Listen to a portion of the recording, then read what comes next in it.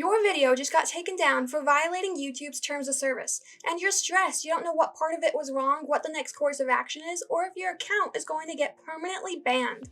Now, this could happen, and unfortunately it happens to a lot of newer YouTubers. YouTube restricts, takes down, and bans users on a daily basis for violating anything on their pages and pages of rules. And these rules cover their terms of service, their community guidelines, their copyright rules, and their advertiser-friendly policies. And when you're new to YouTube, it can be hard to know what is allowed and what isn't, and what to do if something went wrong.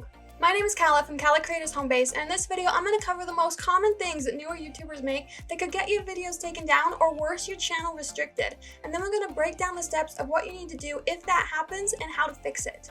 Before we jump into the video, let's break down what these guidelines actually are. Terms of service, also referred to as ToS, community guidelines, copyright rules, and advertiser-friendly policies, are all a part of YouTube's code of conduct. Basically, YouTube is massive and they don't have time to check every single video that goes out to make sure it's the kind of quality that they want. Because of this, they have a set of rules in place that are checked by a botting system and reports to make sure that the kind of videos that do go up are the videos that they actually want showing on YouTube. Now, covering every aspect of these documents would take hundreds of videos, and YouTube is constantly updating their rules. If you want any information on any of the stuff talked about in this video, you can scroll down to the description below where I linked everywhere I got my information. I also linked a public Google Doc which I'll be updating systematically to give you an overview of different updates that YouTube comes out with to change their rules. And if you join the creators only Discord server listed in the description below, you'll be updated first on any new changes that YouTube makes to their terms of service. So if you guys are ready, let's jump right on into it. First, we need to talk about mature content. This section will cover swearing, adult content, and violence. Now, these are by far the things that I see most newer YouTubers getting wrong, but once you know the rules, it's easy to fix them. Now, in August of 2022, YouTube came out with a massive update to their rules of what they consider as swearing, also known as vulgar or obscene language. And this update impacted thousands of YouTubers across the board, and it can be easy to get wrong if you don't know what it is. The most important part that you need to know is all varieties of profanity are now treated equally, meaning they are not differentiated based on levels of severity. Also, we're not treating words such as hell and damn as profanity anymore. What this means is that any swear word is considered as the same negative. So let's talk about how these negatives can affect your channel. First of all, YouTube has something I like to refer to as the 15-second rule. And what this rule basically is to create a buffer between when a viewer first sees an ad to what they see immediately after. And I'll refer to this rule several times throughout this video. What this means for swearing is you can't have any YouTube-considered swear words within the first 15 seconds of your video. If you do, your video won't be able to be monetized, and your video or your channel might get further repercussions. The next big violation comes from thumbnails and titles. Now, according to YouTube's vulgar language policy and advertiser-friendly guidelines, thumbnails, titles, and videos containing adult names, obscene language, adult material, and sexually gratifying acts may not receive ad revenue. What this means for you is that your video can't have any swear words in the thumbnail or title at all if you want your video to be able to receive ad revenue and be promoted by YouTube. But YouTube has some unique rules for this, for what is allowed to be monetized and what isn't, so let's look at some examples. YouTube lays out 4 rules of what is allowed in videos, thumbnails, and titles. Number 1, abbreviated or censored, or words acceptable for network television, like hell or damn in the title, thumbnail, or video. Number 2, profanity used outside of the start of the video, or after the first 15 seconds. Number 3, profanity that doesn't occur throughout the majority of the video. And number 4, profanity used within music or stand-up comedy video content. Now, to show you a better example of this, I decided to make 2 thumbnails. Now, this first thumbnail is 100% acceptable on YouTube and will be promoted like any other video. But this second thumbnail, even though it is super similar to the first one, actually doesn't censor the swear word, so it would not be allowed to be monetized on YouTube. One thing I want to draw special attention to is number 3, profanity doesn't occur throughout the majority of the video. YouTube specifically mentions in their terms of service that content that contains profanity or vulgarity at the start or throughout the majority of the video may not be suitable for advertising, and occasional use of profanity, such as in music videos, won't necessarily result in your video being unsuitable for advertising. So to summarize what these rules are saying, you need to understand 3 main things. Number 1, don't swear in the first 15 seconds of your video. Number 2, don't include any uncensored swear words in your title or thumbnail. And number 3, don't swear throughout the majority of your video. The last thing we need to talk about in regards to YouTube's vulgar language policy is their guidelines around age restriction. YouTube believes that some language may not be appropriate for viewers under the age of 18. And because of this, they say explicit content that violates this policy could result in age restriction, content removal, or a strike. Now, YouTube gives some examples of what would be considered age-restricted content, but this list doesn't cover everything. Number 1, use of sexually explicit language or narratives. Number 2, use of excessive profanity in the content. Number 3, use of heavy profanity or sexually suggestive terms in the content's title, thumbnail, or associated metadata. And number 4, use of excessive sexual sounds. Now, I want to call quick attention to the last one of use of excessive sexual sounds. A lot of times, live streamers on Twitch like to come to YouTube to post a compilation of their clips or their highlights or whatever. But what you need to know is that YouTube's terms of service and Twitch's terms of service are vastly different, and they don't always allow the same things in their videos.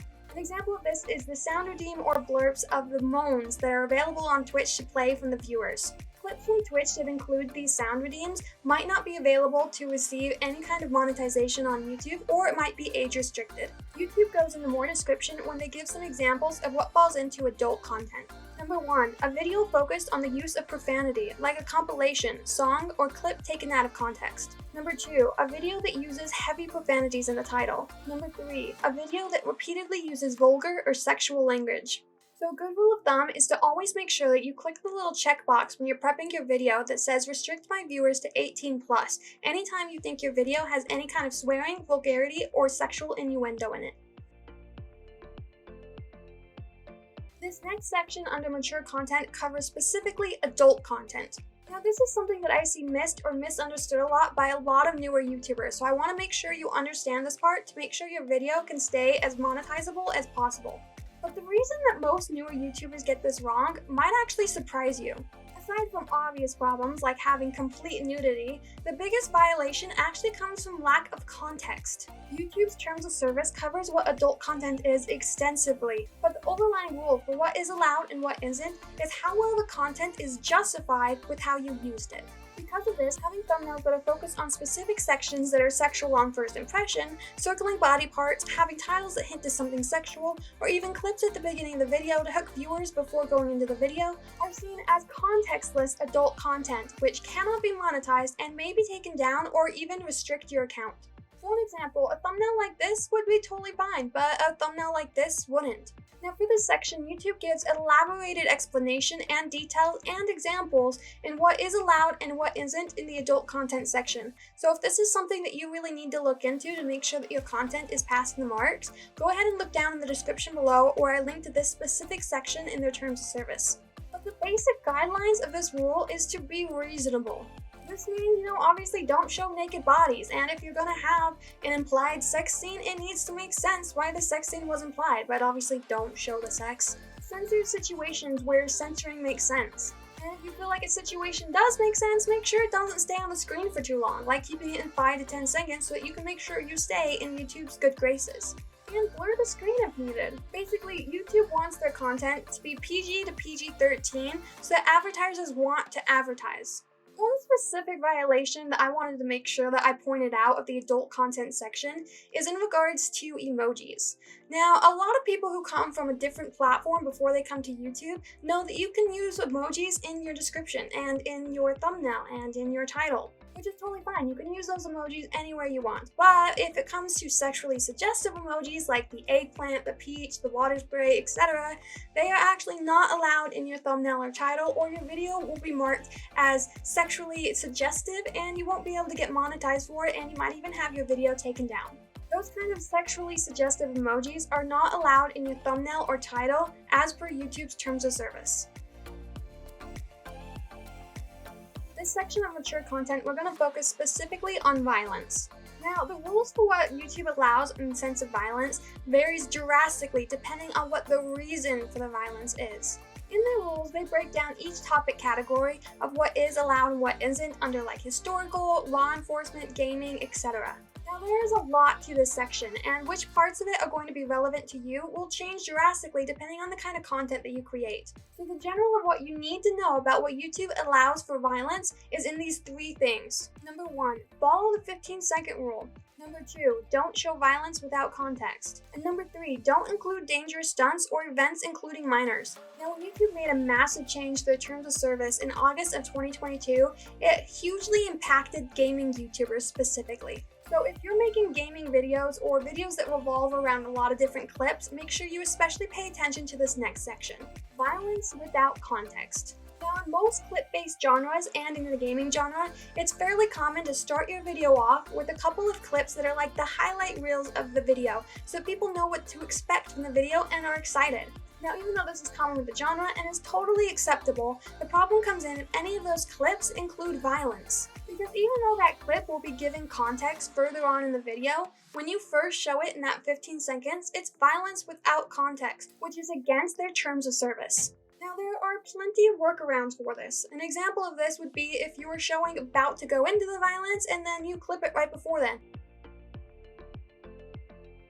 For this next section, we're going to cover what copyright strike, community guideline violation, channel termination, and channel monetization are to make sure that the effort you're putting in is not wasted, so that you can keep your videos up and actually earn money from them.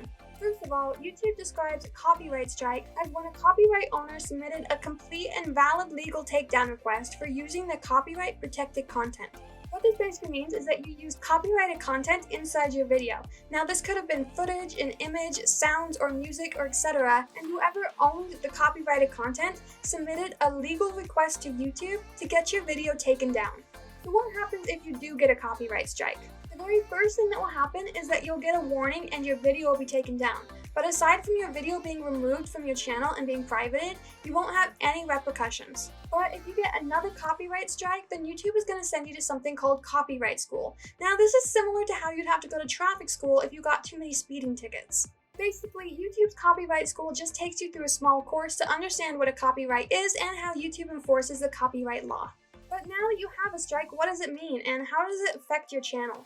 Now, a copyright strike can affect your ability to get monetized on YouTube because one of the requirements to be monetized is that you have to be within good standing with YouTube. Also, if you receive the copyright strike on a live stream that you did, YouTube will restrict your ability to live stream for the next week. Now, the second copyright strike is almost identical to the first one, but the third copyright strike is where things get scary. Now, this is very important to know. If you get 3 copyright strikes, your account and any associated channels will be terminated. When this happens, all of your videos will be removed and YouTube will not allow you to make any other channels. Now, there is one very important thing that we need to note here. If you delete the video that has the copyright strike on it, it does not resolve the strike. You still have the strike on your account. You have to actually go and do the process to resolve a copyright strike in order to get the repercussions off of your channel. Now, when you first get a copyright strike, it can be scary, but it's alright. The first thing you need to do is to make sure you resolve the copyright strike as quickly as possible. First, go to YouTube Studio, then go over to Content, then in the filter bar, select Copyright. In the Restrictions column, hover over the copyright and click on See Details. This will give you more information on what caused the copyright, what part of the video, and why. And once you know why, you can figure out how to fix it. Now, YouTube gives you 3 ways to resolve a copyright strike. The first option is simple. You just wait for the copyright to expire. Every copyright strike expires after 90 days of receiving it. And if it's your first copyright strike, you need to make sure you also attend YouTube's copyright school so that you can go back to posting videos. The next option is to get a retraction, and this is basically going to the person who holds the copyright claim, who submitted the report against you, and have them pull back their report as if it never happened. And the last option is to submit a counter notification. If you think that your video was wrongfully taken down or didn't violate a copyright or it falls into the fair use category, then you can submit what's called a counter notification. This is basically an appeal to YouTube, and if it goes through, they'll remove the strike from your account and they'll resume your video. And if this was a warning, they'll remove the warning that you were given. Next is a community guideline strike, which works differently than a copyright strike. Copyright strike is when you wrongfully use somebody else's content as your own, whereas a community guideline strike is that you violated YouTube's code of conduct inside your own content. The community guidelines policy covers all types of content on our platform, including unlisted and privated content, comments, links, community posts, and thumbnails. If you get a community guideline strike, like having adult content in your video or swearing in the title, YouTube will first send you a notification through email. And if you have it set up differently, you might also get this notification on your phone or on your desktop. Inside this email, YouTube will tell you, number 1, why your content was removed. Number 2, what policies they believe your content violated.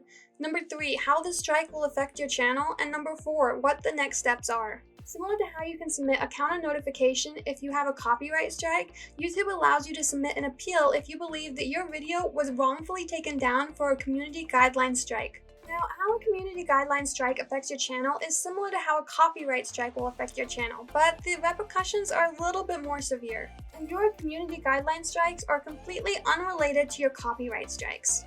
Now, the first time you have a community guidelines violation, it will give you a warning, but that warning will never expire. Next time you have a violation for community guidelines, YouTube will give you a strike, but it's important to note that in any part of this process, if your violation was considered severe enough, YouTube will terminate your account without going through the process of warnings and strikes. Now, if you think the warning was a mistake, you can also submit an appeal for that to get the warning taken off of your account.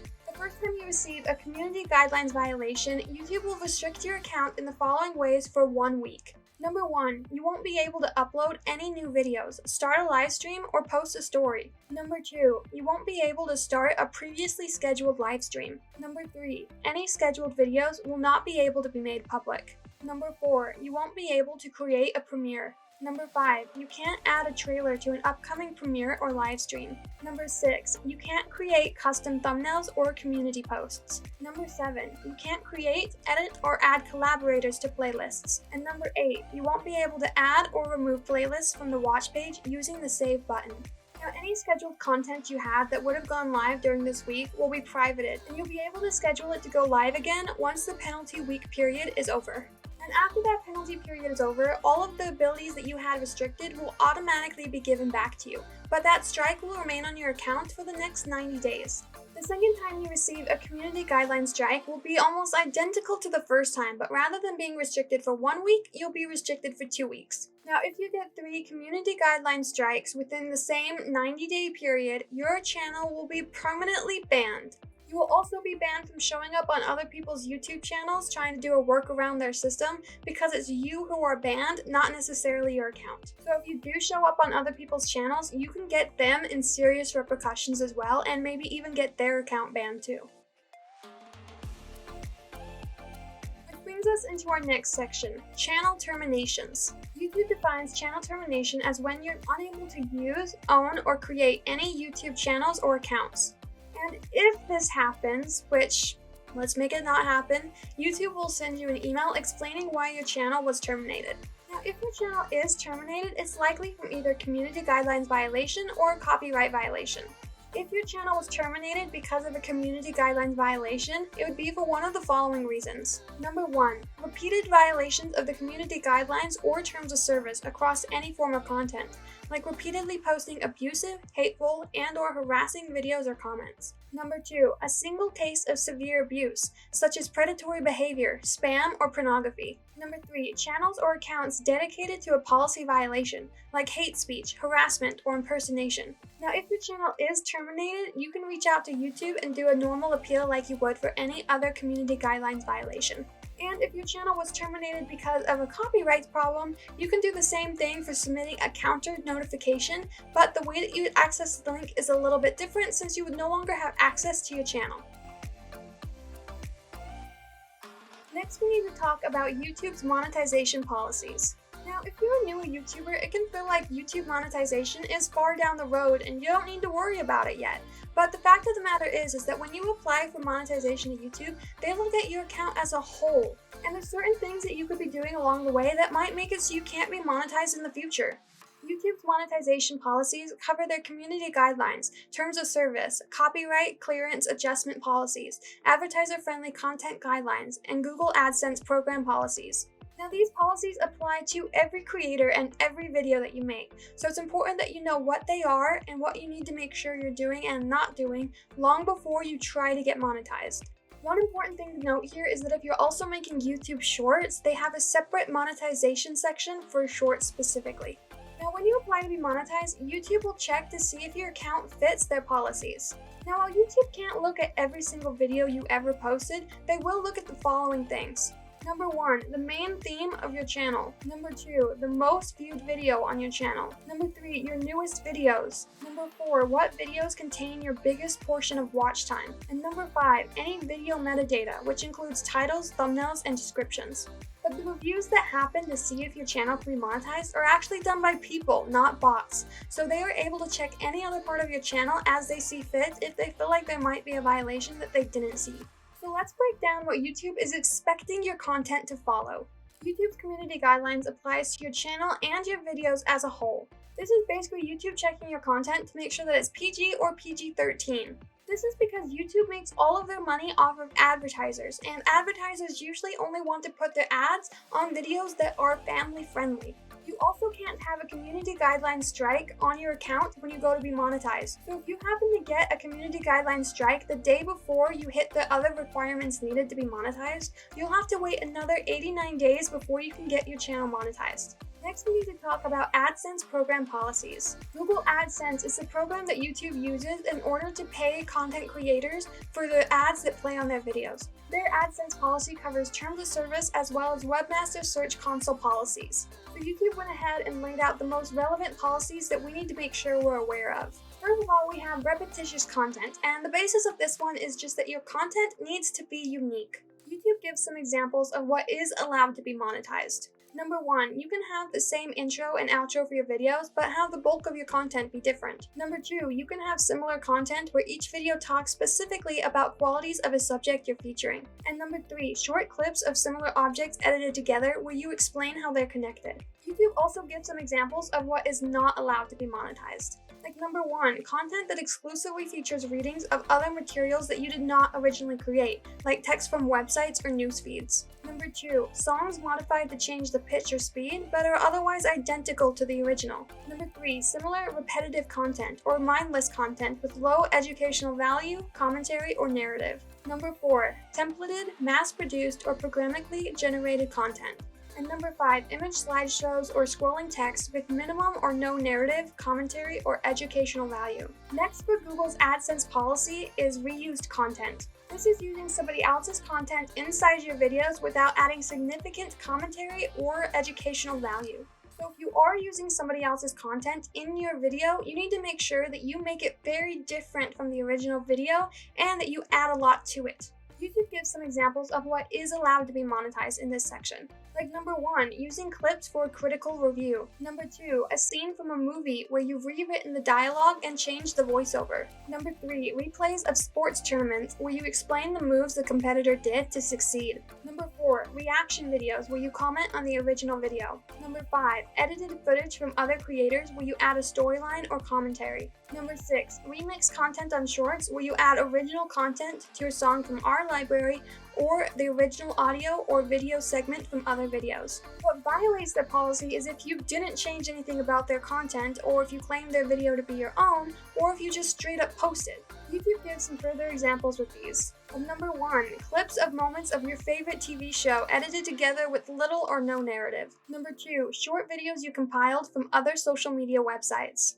Number 3, collections of songs from different artists, even if you have their own permission. Number 4, content uploaded many times by other creators. And number 5, promotion of other people's content, again, even if you have their permission to do it. Next, YouTube looks into quality principles when going into the kids and family side of YouTube. This is especially true if you're making videos that are specifically made for the child app version of YouTube. There's a lot of specific rules that go into place if you check the one box that says, yes, this video is made for children. Because of that, I won't be going over it in this video, but if you want more information about it, you can find it in the description below. The next thing that YouTube looks for when they think about monetizing you is something called creator responsibility. What this basically means is that YouTube cares a lot about advertisers. And if your video has something crazy in it or egregious behavior, then it can not just bring down your account, but it can make advertisers not as willing to advertise on other people's channels as well. Because of this, if YouTube believes that your content goes outside of their code of conduct,